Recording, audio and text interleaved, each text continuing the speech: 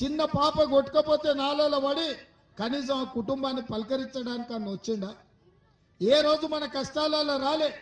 ఎన్నడైనా మీ మంచికి మీ చెడ్డకు మీరుతో గెలిచినా ఓడినా రాత్రి మగళ్ళు మీ మధ్యలో ఉన్నది మైనంపల్లి హనుమంతరావే తప్ప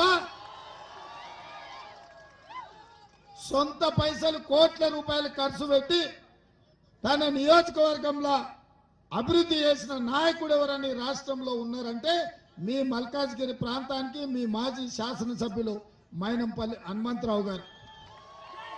మొన్న జరిగిన అసెంబ్లీ ఎన్నికల్లో తప్పు జరిగింది. ఈ ప్రాంతం నుంచి మైనంపల్లిని గెలిపించుంటే ఇవాళ మన మంత్రివర్గంలో మంత్రిగా ఉండి మీ ప్రాంతాన్ని అభివృద్ధి చేస్తాడు. అందుకే ఇవాళ మీకు అందరికి విజ్ఞప్తి చేస్తున్నా, ఈ మొత్తం పార్లమెంటు నియోజకవర్గానికి బాధ్యత పెట్టి ఇన్ఛార్జిగా పెట్టి సునీతమ్మని గెలిపించుకొస్తే ఆయననే ఈ ప్రాంతానికి మంత్రిలాగా మీ సమస్యలు అన్ని ప్రభుత్వంలో మాట్లాడి ఆ సమస్యల్ని పరిష్కరించే బాధ్యత సోదరుడు మైనంపల్లి హనుమంతరావు గారికి పనిచేసి పెట్టే బాధ్యత నాది. ఆనాడు కొడంగల్లో కక్ష కట్టి నన్ను ఓడగొడితే 14 రోజుల్లోనే ఈ ప్రాంతం నుంచి ప్రశ్నించే గొంతుగా నన్ను గెలిపించింది మీరు. ఈ మల్కాజ్గిరి అసెంబ్లీలోనే 11,000 మెజారిటీ ఇచ్చి ఆనాడు నన్ను ఎంపీగా గెలిపించారు.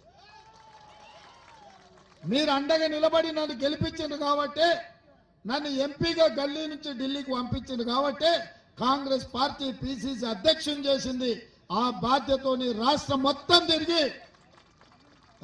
మొత్తం తిరిగి ఇవాళ కాంగ్రెస్ పార్టీని అధికారంలోకి తెచ్చి నేను ముఖ్యమంత్రి అయినా. ఈ రాష్ట్రానికి నేను ముఖ్యమంత్రి అయినా అంటే అందులో మీ భాగస్వామ్యం ఉంది, మీ ఆశీర్వాదం ఉంది. మరి ఇవాళ నాకు ప్రభుత్వం ఉంది, మీకు మంచి చేయాలన్న ఆలోచన ఉంది. కానీ దురదృష్టవశాత్తు మన మైనంపల్లి గారు ఇక్కడ ఎమ్మెల్యే గెలవలే. ఈసారి మీ సమస్యలు తీసుకొచ్చి మీ సమస్యల్ని పరిష్కరించడానికి సోదరిమణి సునీతా మహేందర్ రెడ్డి గారిని ఇక్కడి నుంచి మీరు గెలిపించండి. మీ ప్రాంత సమస్యలన్నింటినీ పరిష్కరించే బాధ్యత నాది.